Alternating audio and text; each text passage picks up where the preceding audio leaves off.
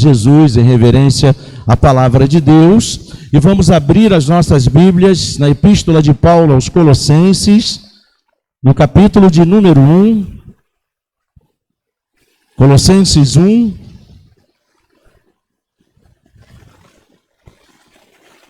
Colossenses 1,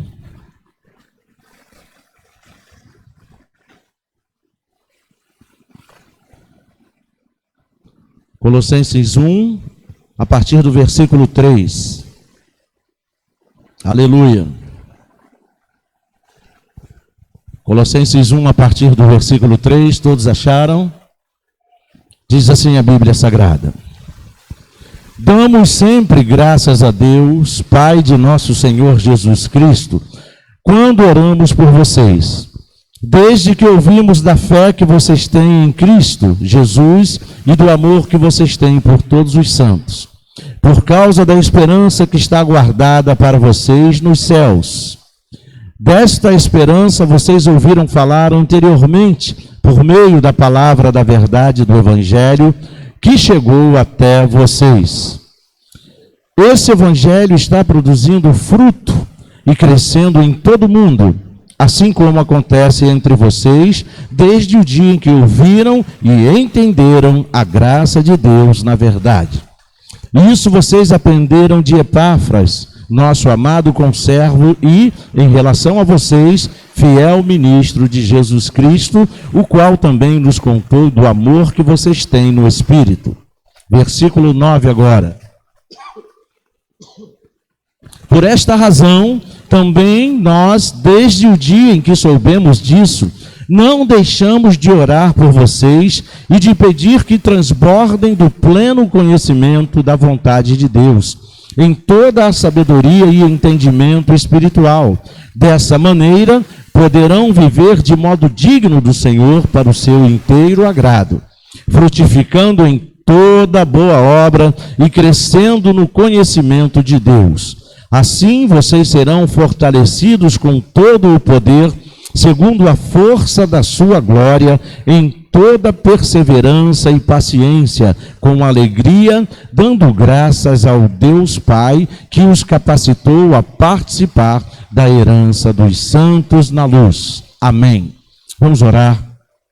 Senhor, meu Deus e meu Pai, em nome de Jesus, nós queremos te agradecer por tudo que já aconteceu aqui nesta manhã, mas agora em especial, Senhor, por este momento em que iremos ouvir a Tua voz, momento em que iremos meditar na Tua santa e gloriosa palavra. Senhor, olha para nós e tira todo impedimento, tudo aquilo que possa atrapalhar a nossa concentração na Tua palavra, tudo aquilo, meu Deus, que possa nos desviar do foco, que é neste momento ouvir a voz do Deus que fala ao coração do seu povo. Meu Deus, perdoa os nossos pecados e fala, porque nós, os Teus servos, desejamos te ouvir.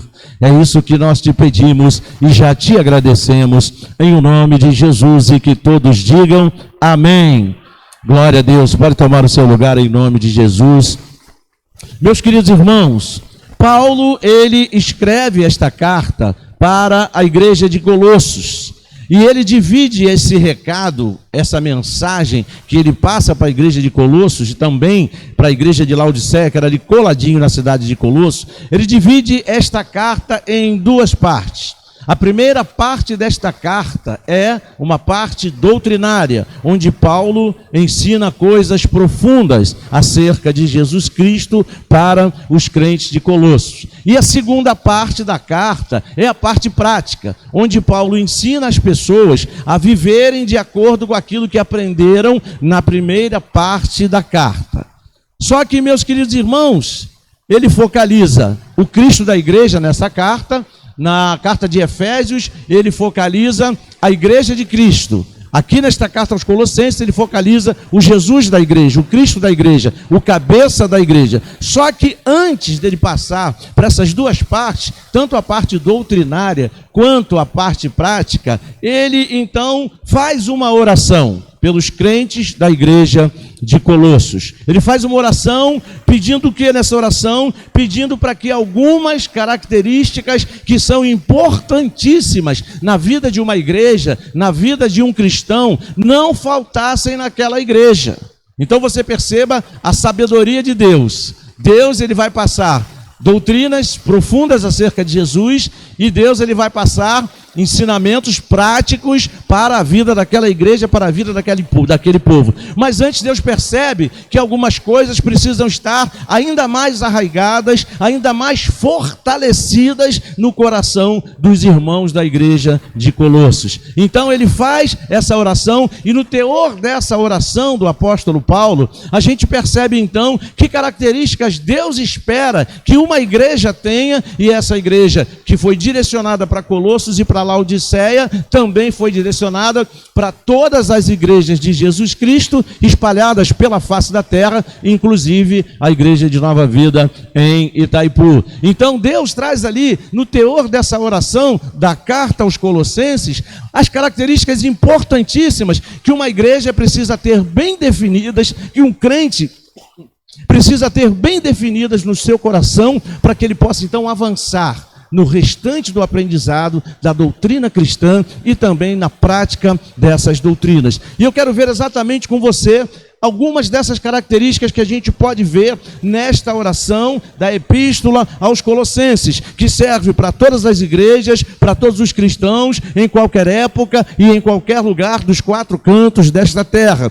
Então ele começa falando da importância do conhecimento da vontade de Deus. Veja aqui no versículo 9, ele diz assim: por esta razão também nós, desde o dia em que soubemos disso, não deixamos de orar por vocês e pedir que vocês transbordem do pleno conhecimento da vontade de Deus. Veja bem, ele pede para que os crentes da igreja de Colossos transbordem no conhecimento de Deus. Olha que coisa interessante, não apenas se encher desse conhecimento, mas principalmente de transbordar. O que é transbordar? Conhecer o melhor que for possível, até que se espalhe, até que derrame. As coisas que a gente aprende de Deus, o conhecimento do nosso Deus precisa derramar da nossa vida. Por quê? Porque quando esse conhecimento derrama, ele alcança outras pessoas além de nós são abençoadas, outras pessoas que convivem conosco são abençoadas. Isso envolve a nossa família, as pessoas da nossa casa, os nossos pais, os nossos filhos, os nossos irmãos consanguíneos, também envolvem os nossos amigos no trabalho, os nossos vizinhos, ou seja, aonde quer que a gente vá, que o conhecimento de Deus venha transbordar de nós, certamente esse conhecimento vai alcançar outras pessoas.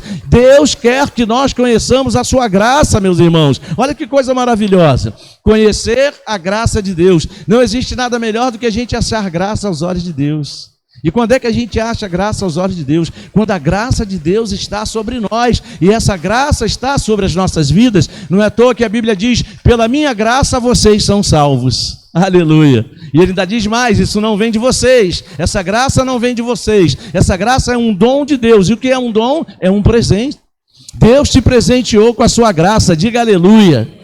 Deus te presenteou com a sua graça salvadora, com a sua graça poderosa, com a sua graça maravilhosa, como a gente canta aqui. Olha que coisa linda, você foi salvo pela graça de Deus, ou seja, você não precisou fazer nada para alcançar tão maravilhosa a salvação. A única coisa que você precisou fazer foi abrir o coração, se arrepender dos seus pecados e reconhecer a Jesus como o único e suficiente Salvador de sua vida. Quanto você pagou pela sua salvação? Você não pagou um tostão, e se alguém te cobrou 1 centavo pela sua salvação, vai lá e pega de volta, porque foi pela graça. O preço foi pago na cruz do Calvário pelo sangue de Jesus, que derramou todo o seu sangue para te comprar para Deus. Você pode aplaudir o nome dele por causa disso? Aleluia, glória a Deus, louvado seja o nome do Senhor. Essa graça maravilhosa que é demonstrada para nós pela bondade do nosso Deus. Diga para o teu irmão: Deus é bom, meu irmão. Deus é bom. Se não bastasse nos salvar, ainda derrama a sua bondade sobre nós. E essa bondade chega até nós através do favor imerecido de Deus. O que é esse favor imerecido? As bênçãos que Ele derrama sobre nós, mesmo sem nós merecermos. Interessante. Meus irmãos, eu fico imaginando, se Deus fosse esperar que nós melhorássemos, que nós estivéssemos em plenas condições de receber tudo aquilo que Ele tem para nós. Imagina, se Ele fosse esperar. se não fosse essa graça que nos alcança mesmo sem a gente merecer, se não fosse essa misericórdia que também advém dessa graça, o que seria de nós? Nós definitivamente estaríamos perdidos, mas pela graça bondosa, vamos colocar assim, pela graça bondosa desse Deus, as bênçãos de Deus nos alcançam todos os dias, e muitas vezes a gente confunde as coisas, a gente associa as bênçãos de Deus às coisas aqui dessa terra, a gente associa as bênçãos de Deus ao que eu tenho, não é verdade? Mas veja bem, você hoje de manhã acordou e abriu os olhinhos. É bênção de Deus ou não é? Quanta gente hoje não abriu os olhinhos, quanta gente hoje não acordou. Não sei se você acompanha os acontecimentos do dia a dia. Não sei se você faz isso, não sei se você vê os telejornais, eu não sei. Mas basta você olhar e você vai ver quanta desgraça acontece por aí. E até aqui, Ebenezer, o Senhor tem nos ajudado. A gente acordou, a gente está com saúde, um probleminha ali, outro probleminha aqui, mas Deus vai nos abençoando, Deus cura dali, abençoa daqui, ajuda daqui, e a gente está vivendo, a gente está vivendo. Se você chegar para alguém, minha mãe está com 80 e quantos? 100 e quantos? 90? Quantos? 82, 84, não, 84. Minha mãe está com 84, a sua que tem 81. A sua tem 82? 79, com aquela cara lá, tá bom. Ela pensa que me engana. Ela tem sua mãe está com uns 85, tá bom, deixa pra lá. A roupa suja a gente lava em casa. Tá? Então veja bem, minha mãe está com 84 anos, tem lá uns probleminhas de saúde. Mas eu já perguntei para ela outro dia, falei, mamãe, a senhora quer morrer? Ela falou, eu não. Falei, pois é. Então é bênção de Deus ou não é? É promessa de Deus, Salmo 91, saciá-lo-ei com vida longa. Olha aí, promessa de Deus, meu irmão. Promessa de Deus está se cumprindo na nossa vida. Mais um dia que eu estou vivo, graças a Deus. Deus seja louvado. É bênção de Deus ou não é? Mais um dia que eu estou aqui, posso ver você, posso conversar com você, posso sorrir com você. Veja, é bênção de Deus. A gente só acha que bênção é se me der, bênção é se me der. Eu quero que me dê, que me dê. Mais do que Ele dá? Eu estou vestido, eu tomei café da manhã, daqui a pouco eu vou almoçar. Ele tem me dado ou não tem me dado? Pois é, o problema é que às vezes a gente quer demais. Muitas vezes Jesus falou assim para Paulo, minha graça te basta, rapaz, sossega aí.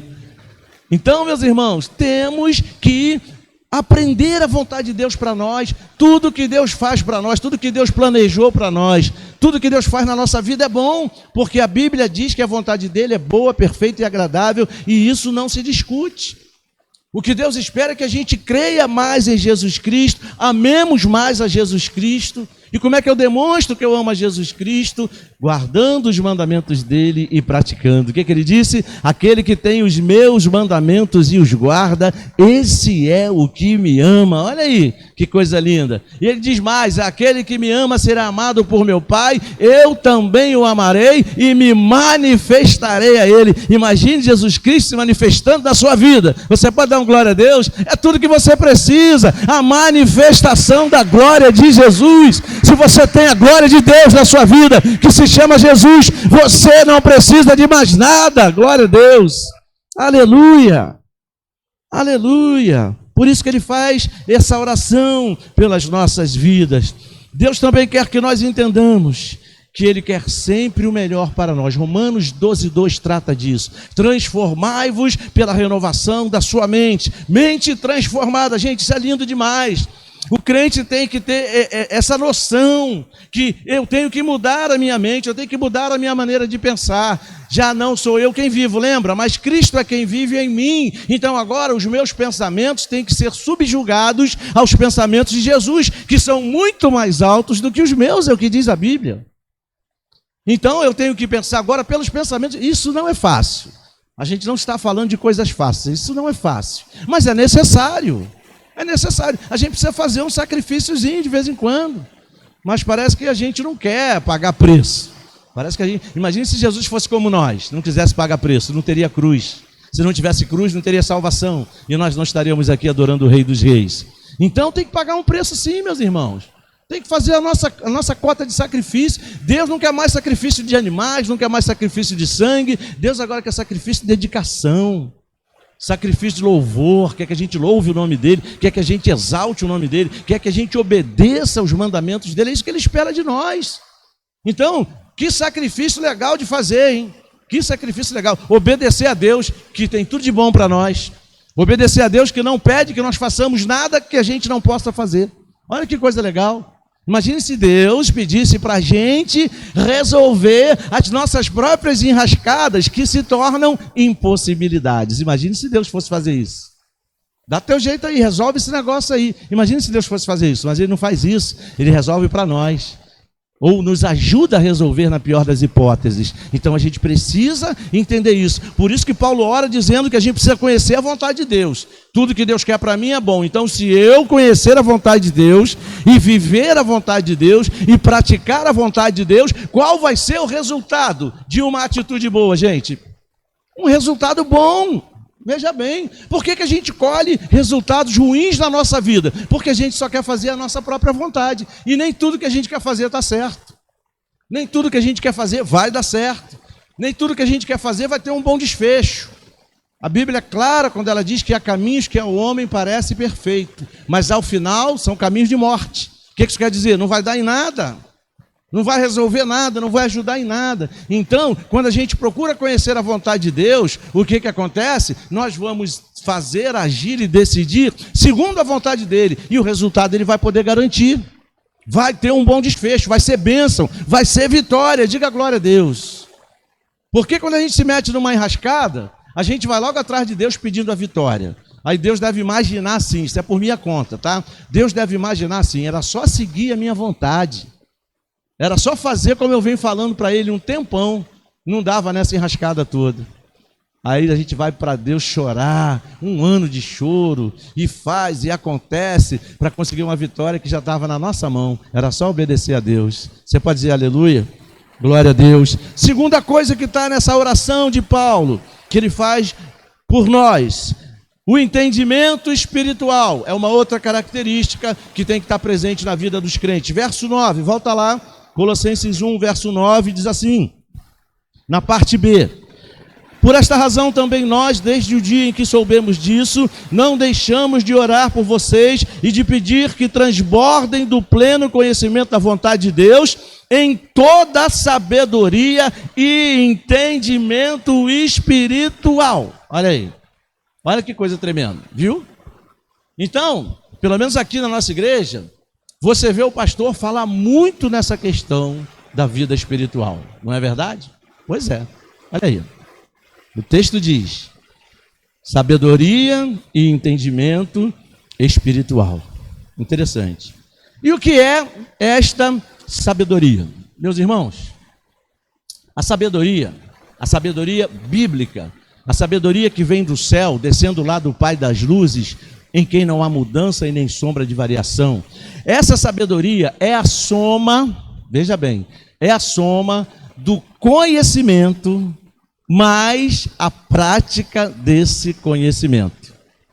Isso é igual à sabedoria. Essa soma do conhecimento, somado à prática desse conhecimento, resulta na sabedoria que vem do céu.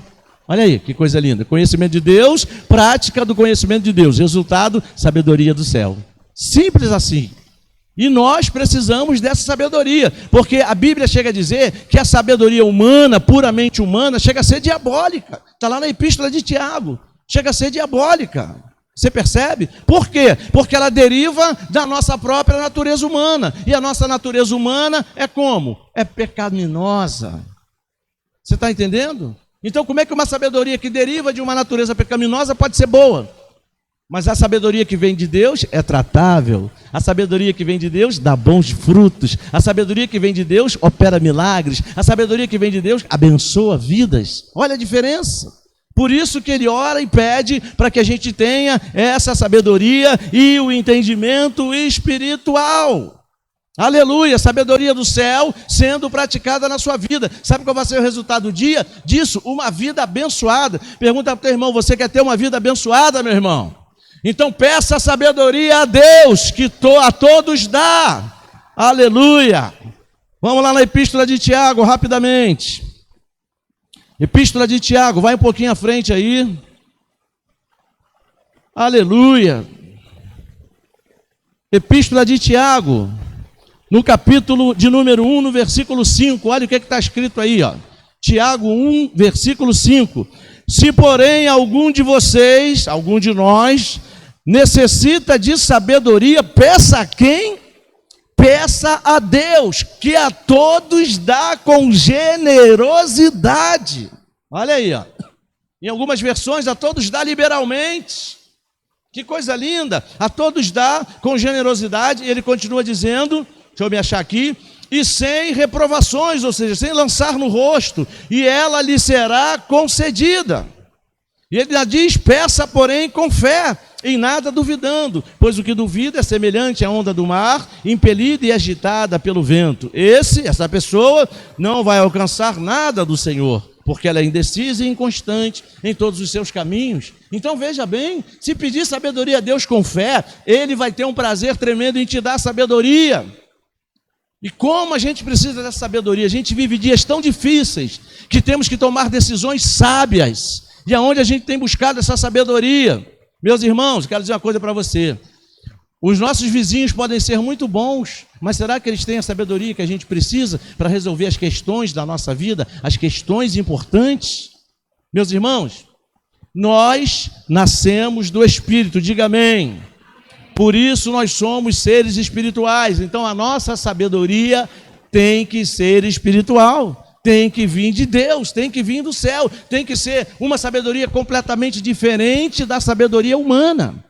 Uma coisa que uma pessoa normal, que não tenha Jesus na sua vida, decide, a decisão que a gente tem que tomar a respeito do mesmo assunto vai ser completamente diferente, porque ela decidiu com a sabedoria meramente humana, e nós vamos olhar e decidir com a sabedoria que vem do alto, vai ser completamente diferente. Veja o que diz João, capítulo 3,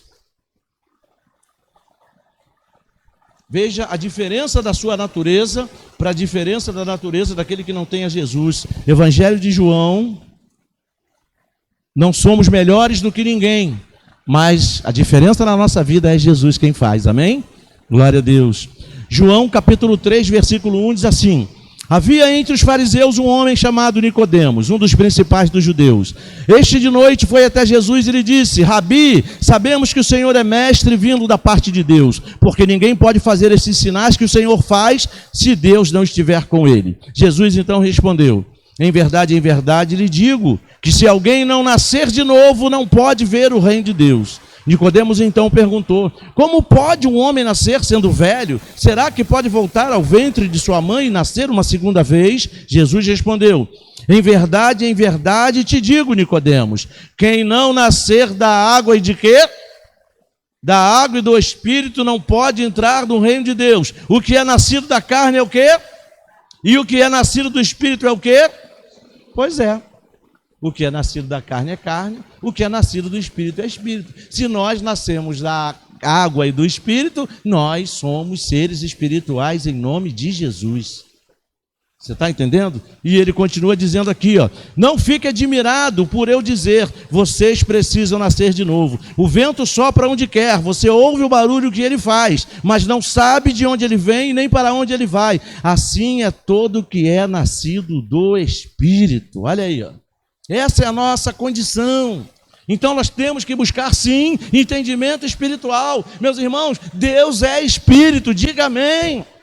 Aqui mesmo no Evangelho de João, a Bíblia diz: Deus é Espírito, e importa que os seus adoradores o adorem em espírito e em verdade. A única maneira da gente lidar com Deus é através da vida espiritual, conhecimento, desenvolvimento espiritual. E nós precisamos fazer isso. Mas parece que muitas vezes se incomoda a gente não consegue. Como é que pode não conseguir? É mesmo que um médico não conseguir exercer a medicina. Ele não é médico? Ele tem que exercer o quê? Engenharia? Ele tem que exercer a medicina. É o mesmo que o pedreiro não querer exercer a sua função de pedreiro, querer trabalhar com madeira, ou fazer móveis. Ele não teria que ser pedreiro, ele teria que ser marceneiro. Não é verdade? Então, se nós somos espirituais, nós temos sim que lidar com as coisas espirituais e de preferência com entendimento. Por isso que Deus colocou lá para Paulo escrever ali na sua carta, orar para que eles cresçam no conhecimento e no entendimento espiritual. Como é que eu posso viver numa coisa? Como é que eu posso exercer uma coisa que eu não entendo? Você gostaria de ser atendido por um médico que não conhece medicina? Imagina, você entra no hospital, na emergência do hospital, com um problema grave, e aí você chega e entra no consultório para ser atendido. Alguém te chama, vamos voltar no tempo, porque isso hoje em dia não é tão fácil assim, mas vamos voltar umas décadas atrás, que era assim, era só chegar no hospital, a hora que você chegasse você era atendido, é ou não é? Então aí você entrava lá todo arrebentado no hospital para ser atendido na emergência, aí as duas enfermeiras vinham te receber. Aí, peraí que a gente vai levar o senhor para o médico. Aí no caminho entre a entrada do hospital e o médico, elas diziam assim, a gente vai levar ele para o doutor fulano. Só que o doutor fulano é médico, mas ele não sabe medicina. O que você ia fazer? Se você tivesse com a perna boa, se o problema não fosse na perna, você ia sair correndo. Tá doido? O médico que vai me atender não sabe medicina. Imagina, nós, seres espirituais, nascidos do Espírito, que Espírito nós nascemos? Espírito de Deus. Seres espirituais, nascidos do Espírito, pela intervenção poderosa do Espírito, o mesmo Espírito que ressuscitou a Jesus, foi o que nos fez nascer de novo. E aí você imagina, a gente, um ser espiritual, nascido do Espírito, não entender nada do espiritual, não ter uma vida espiritual desenvolvida, não se preocupar com o nosso desenvolvimento espiritual. Meus irmãos, não faz sentido, não faz nenhum sentido. Então, não é uma questão opcional, não é uma questão de eu querer ou não querer, é uma necessidade, é uma característica que as igrejas têm que ter, é uma característica que os crentes devem ter, entendimento espiritual. As pessoas lá fora que não têm a Jesus acreditam que a gente tem um entendimento espiritual. Imagina, aí uma das pessoas aborda um de nós para pedir uma orientação, pedir uma oração, alguma coisa, a gente não consegue nem fazer uma oração pela pessoa. Espera aí que eu vou chamar o pastor. Eu vou te dar uma notícia legal, não vou não. Vou não. Quem me conhece sabe, eu não vou não. Ligo para você e falo, dá o teu jeito. Você é crente igual a mim. Oração não é um privilégio de pastor, é um privilégio de todo crente. Todo crente tem que saber orar. Todo crente tem o poder do Espírito Santo na sua vida. Todo crente está cheio do Espírito Santo. Olha aí, como é que não vai orar? Chama o pastor, tá bom, me espera aí que eu estou chegando. Daqui a 2 anos eu vou aí ver se você orou direitinho.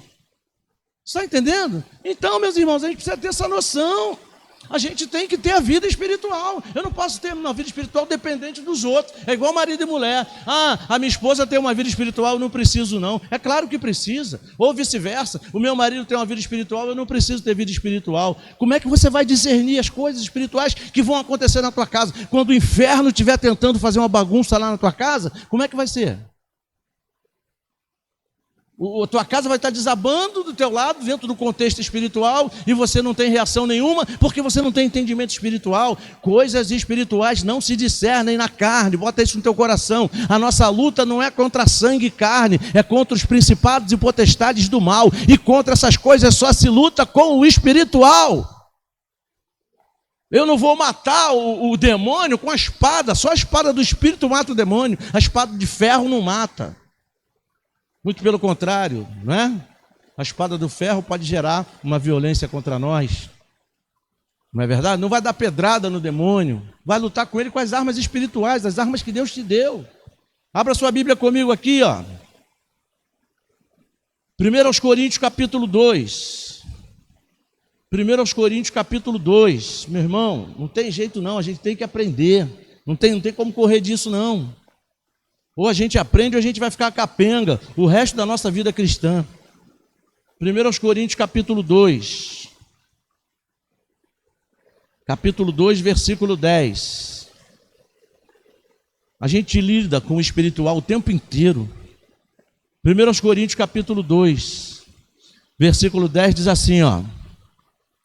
Deus, porém, revelou isso a nós por meio do Espírito.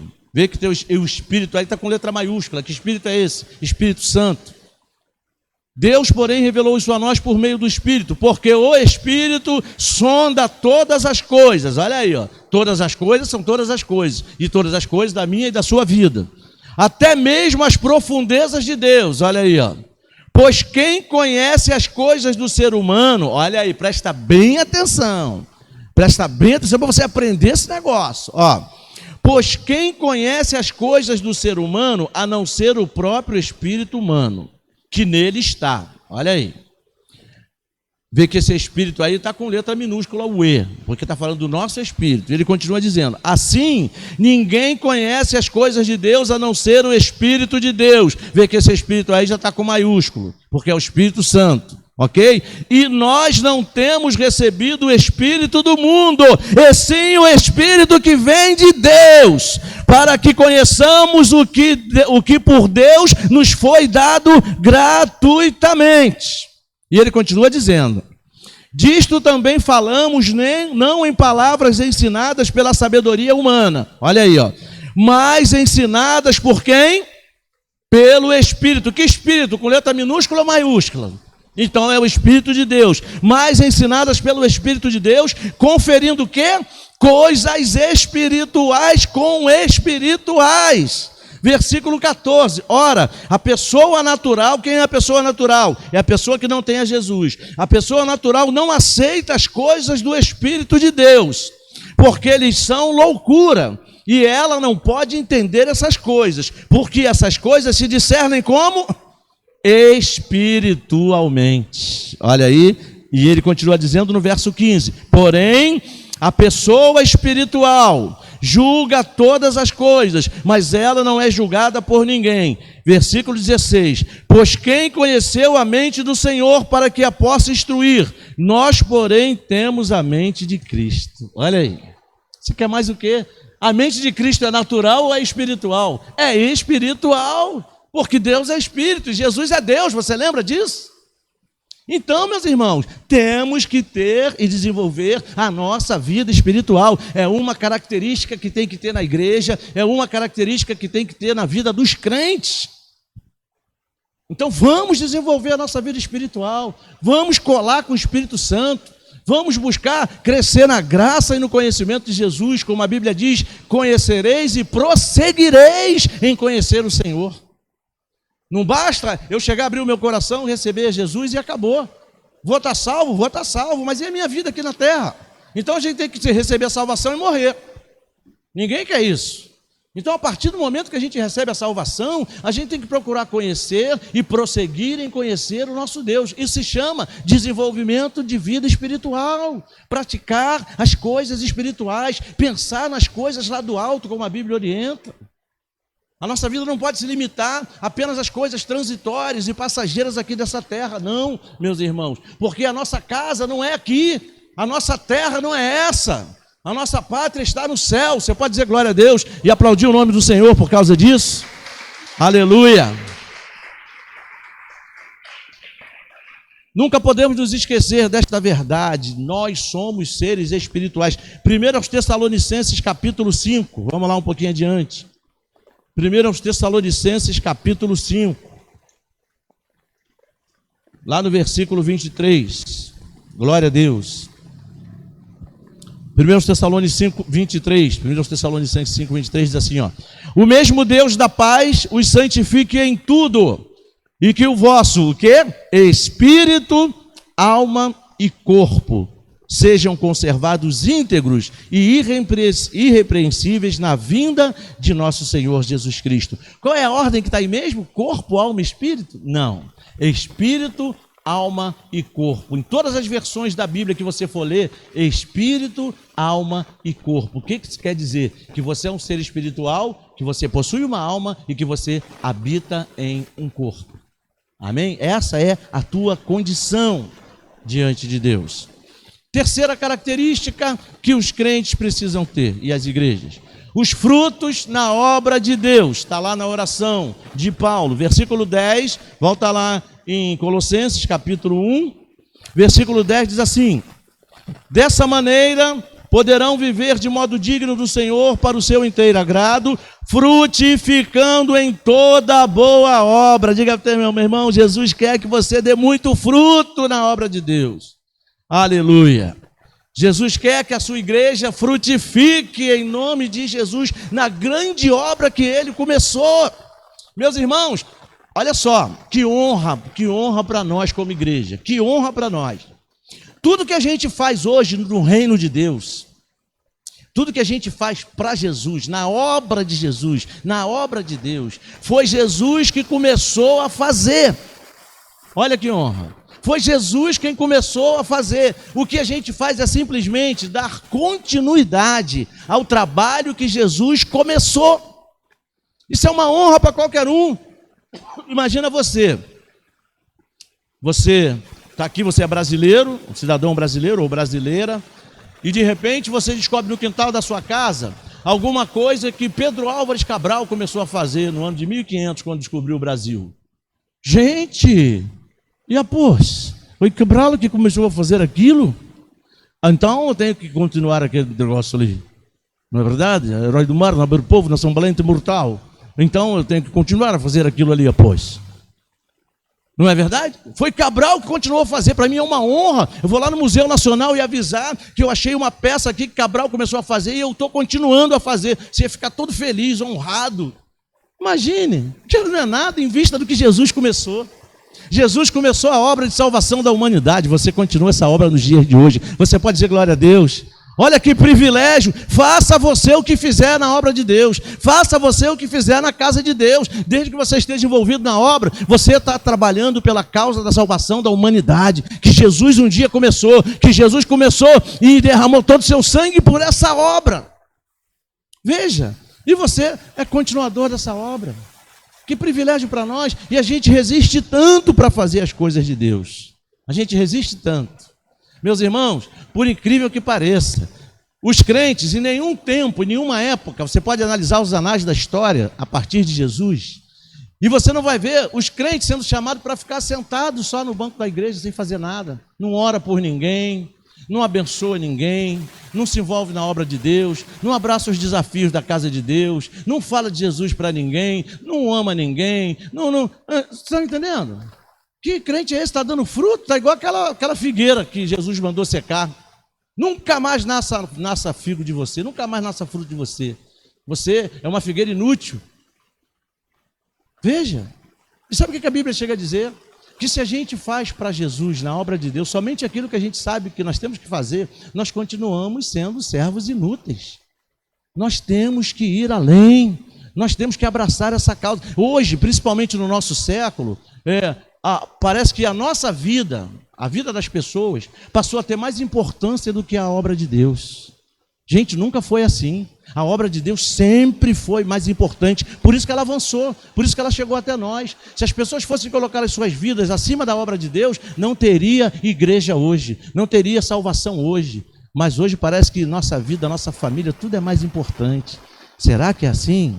Será que é assim que tem que ser? Primeiro eu, depois eu, se sobrar tempo, Jesus e a sua obra. Será que tem que ser assim? Vamos ser sinceros com o Espírito Santo que está aqui nesse momento com a gente. Vamos ser sinceros com o Espírito Santo que está aí, visitando seu coração. Será que tem que ser assim? É assim que a Bíblia ensina? Então a gente tem que ter muito cuidado com essas definições e com essas conclusões que a gente ouve dizer por aí. Não, você é mais importante do que a obra de Deus. Não, a sua família é mais importante. Meu irmão, o primeiro mandamento diz: amarás o teu Deus acima de todas as coisas, com toda a tua força, com todo o teu entendimento, com todo o teu coração. Olha aí, amarás o teu Deus. Depois vem as outras coisas. Buscai em primeiro lugar o reino de Deus, e as outras coisas, o que tem? Vos serão acrescentadas. Em primeiro lugar, o reino. Olha aí. Mas a gente se deixa levar pelo que os outros falam em vez de ver o que a Bíblia diz, e aí a gente acaba sendo enredado no engano, não é? E aí tudo se torna mais importante que a obra de Deus. Aí a obra de Deus fica assim, o que poderia ser muito mais fácil acaba se tornando muito mais difícil. A gente devia ter vergonha, por incrível que pareça. Quando eu penso nisso, eu fico com vergonha. Eu podia fazer muito mais do que eu faço. Podia fazer muito mais. E essa carapuça tem que servir em cada um de nós. Tem gente que não faz nada, essa é a verdade. Tem gente que finge que faz alguma coisa, o que é pior. O que é pior. A Bíblia tem uma parábola que Jesus disse, que ele fala assim, o dono de uma vinha mandou lá o seu servo para trabalhar na vinha. O servo disse que ia, mas no meio do caminho não foi para outro lugar. E ele diz, aí o dono da vinha mandou outro servo, e o servo disse que não ia, mas no meio do caminho ele pensou bem, mudou de ideia e foi. Quem foi agraciado? Quem foi abençoado? O que disse que não foi ou o que disse que não ia foi? O que disse que não ia foi. Entendeu? Então a gente tem que ter muito cuidado com as nossas colocações, porque olha o que diz a Bíblia aqui, Vamos aqui em João 14, versículo 12. Evangelho de João. Isso é uma advertência para nós, meus irmãos. Deus nos exorta a todo momento. Deus nunca vai pelas nossas ideias, Ele vai porque está escrito. João 14, versículo 12. João 14, versículo 12 diz assim, olha. Aleluia. Em verdade lhes digo, que aquele que crê em mim, quem crê em Jesus, diga amém. Aquele que crê em mim, olha aí, fará também as obras que eu faço, e outras maiores fará, porque eu vou para junto do Pai. O que Jesus está querendo dizer? Olha, eu estou fazendo a obra, eu estou concluindo a obra, mas qualquer dia eu vou ter que subir para o meu lugar. Vou para junto do Pai, vou estar com vocês aqui em espírito, mas eu, em carne e osso, aquele que bota a mão na massa, vou subir para o Pai, vou voltar para o meu lugar. Agora, vocês vão fazer as obras que eu faço, e coisas ainda maiores. Veja, lembra que a gente leu na outra epístola ali, que nós temos a mente de Cristo? O que isso quer dizer? Que Cristo, com a sua mente, vai usar o nosso corpo, vai usar o nosso espírito, vai usar a nossa alma, para continuar a obra dele. Espírito de Jesus com o nosso espírito, usando a nossa alma e o nosso corpo, para continuar a obra. Hoje quem é que vai falar para o teu parente? É Jesus? É você. Ou alguém que ele levantar, vai falar do amor de Deus. Hoje quem vai ficar na porta da igreja? É Jesus? Não. É alguém que serve a Jesus. Está lá o velho irmão, o irmão Daniel. Desculpem, Daniel. Entendeu? Então é assim que funciona. Nós é que somos os continuadores da obra de Jesus. Nós é que somos a mão na massa. Você está entendendo? Diga para o teu irmão, deixa Jesus te usar, meu irmão. Aleluia. Jesus espera que a gente realmente faça isso, meu irmão. Que a gente realmente faça essas obras, porque essas obras precisam continuar, essas obras não podem parar, elas são os frutos que Jesus espera. Vai aí um pouquinho adiante em João mesmo, no capítulo 15. João capítulo 15, versículo 1 diz assim: eu sou a videira, quem está falando isso é Jesus, tá? Eu sou a videira verdadeira e o meu Pai é o que cuida da vinha. Todo ramo que, estando em mim, veja, a videira é o tronco, tá, gente? E ele diz, todo ramo que, o ramo são os galhos, estando em mim não der fruto, ele corta. E todo que dá fruto, ele limpa. Olha aí, olha aí. O que você faz quando a árvore da sua casa ou a planta da sua casa precisa de mais força? Você vai lá e dá uma limpeza nela. Não é verdade? Quem aqui assistiu Edward Mãos de Tesoura? Quem assistiu? Pois é, ele ia lá, podava as árvores, deixava redondinha, tirava os galhos inúteis, e o que acontecia com as árvores que ele podava? Ficava aquela beleza naqueles jardins onde ele trabalhava. Ficava ou não ficava? Porque a árvore precisa de poda, senão aqueles galhos ruins, aquelas folhas ruins vão atrapalhar o crescimento da árvore. Veja que coisa interessante, ele continua dizendo, vamos lá. Então, todo ramo que estando em mim não der fruto, ele corta, e todo que dá fruto, ele limpa, para que produza mais fruto ainda. Olha aí, ó. Aleluia. Então, quando Deus estiver te limpando, meu irmão, não reclama não. E essa limpeza quer dizer, ele vai arrancar algumas coisas de você para te limpar. Às vezes você não entende que aquilo que você pensa que é bênção na sua vida está te sujando, está te poluindo, está te atrapalhando, essa é a palavra, está atrapalhando você de dar fruto. Tira esse galho inútil daí, tira essa folha seca daí, tira esse galho podre da tua vida, para que você possa dar mais fruto ainda na obra de Deus. E ele continua dizendo, vocês já estão limpos por causa da palavra que lhes tenho falado. O que isso quer dizer? Você ouve a palavra toda vez que você vem na igreja. Ouve ou não ouve? Então essa palavra está te limpando, meu irmão. O que Deus quer dizer? Não tem desculpa. E ele continua dizendo, permaneçam em mim e eu permanecerei em vocês. Como o ramo não pode produzir fruto de si mesmo se não permanecer na videira, assim vocês não podem dar frutos se não permanecerem em mim. Eu sou a videira, vocês são os ramos. Olha aí, não precisa falar mais nada. Então, meus irmãos, assim como Jesus não mediu esforços para fazer a sua parte na obra, nós também não podemos medir esforços para fazer a nossa. Veja, quanta coisa a gente deixa que se coloque como empecilho, como impedimento para a gente fazer as coisas de Deus. Quantas coisas.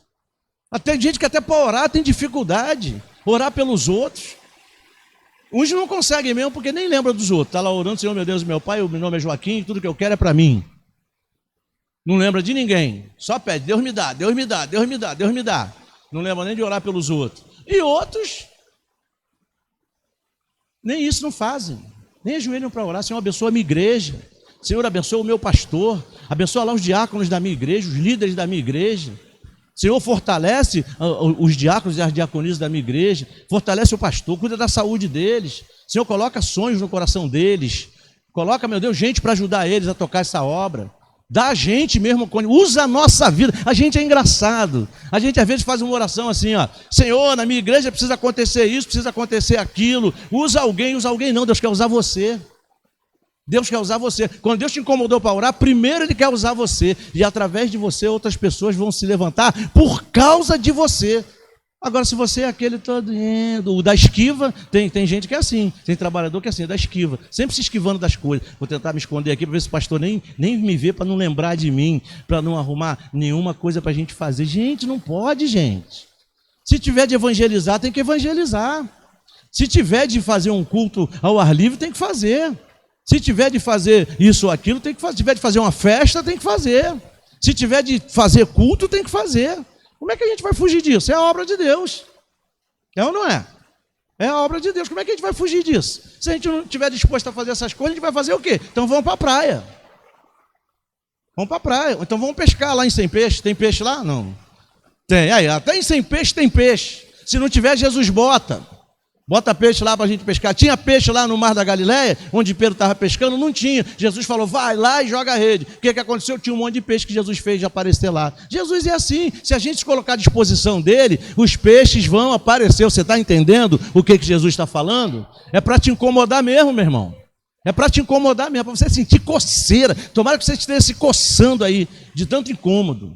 É para sentir coceira mesmo. Que a obra tem que continuar, a obra não pode parar. Então a gente tem que se incomodar com as coisas assim. É muito legal a gente ver o noticiário, né? É muito legal, só desgraça. Essa semana então, meu Deus do céu, a gente estava no 9º ano do mês e já tinha acontecido 25 desgraças. 25 desgraças. No 9º dia do mês, 9º dia do ano, 25 desgraça pesada. Posso até enumerar algumas para você. Estados Unidos ataca o Irã derruba um avião, mata 217 pessoas, uma menina foi assassinada com uma bala perdida, uma idosa foi assassinada com uma bala perdida, um idoso também, tudo esse ano, nos 9 primeiros dias do ano.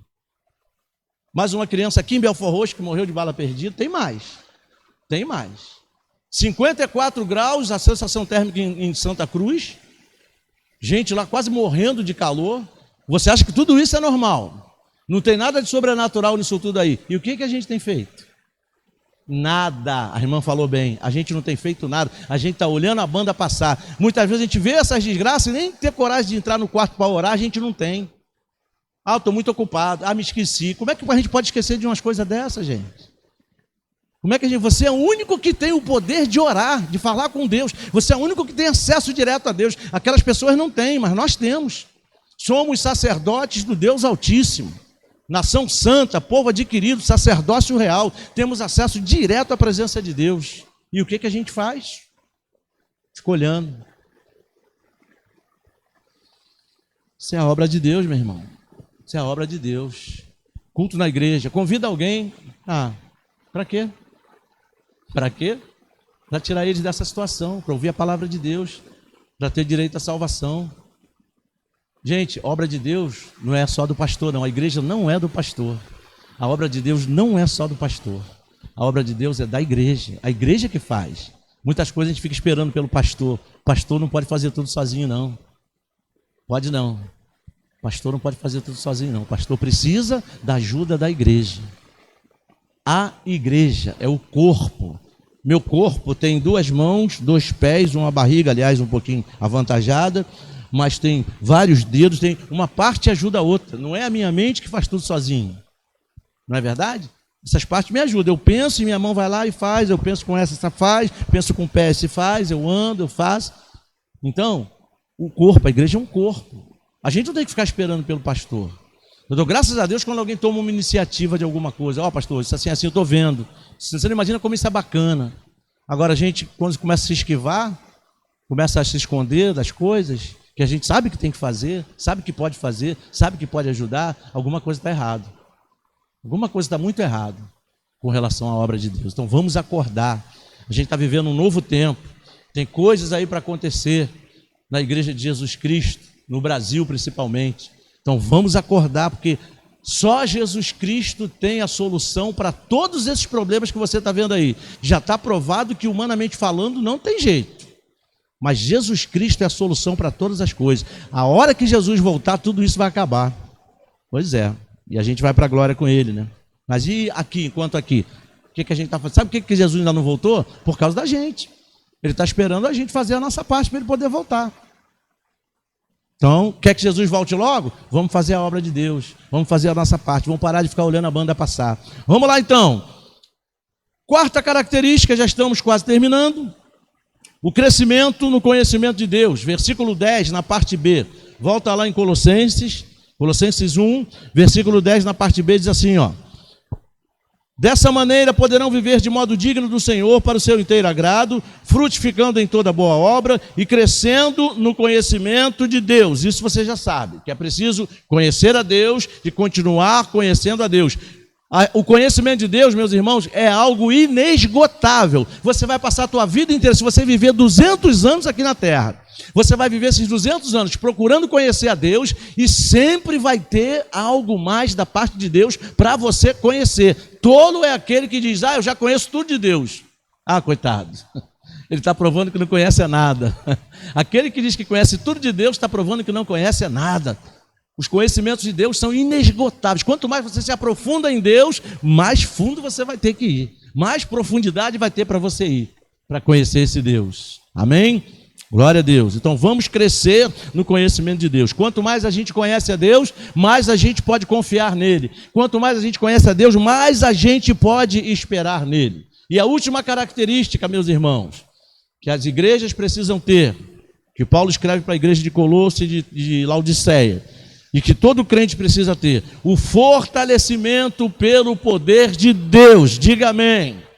Veja o que diz o versículo 11 do nosso texto de Colossenses 1. Diz assim: assim vocês serão fortalecidos com todo o poder, segundo a força da sua glória, em toda a perseverança e paciência com alegria, dando graças ao Pai que os capacitou a participar da herança nos santos. Assim vocês serão fortalecidos com poder. Diga amém.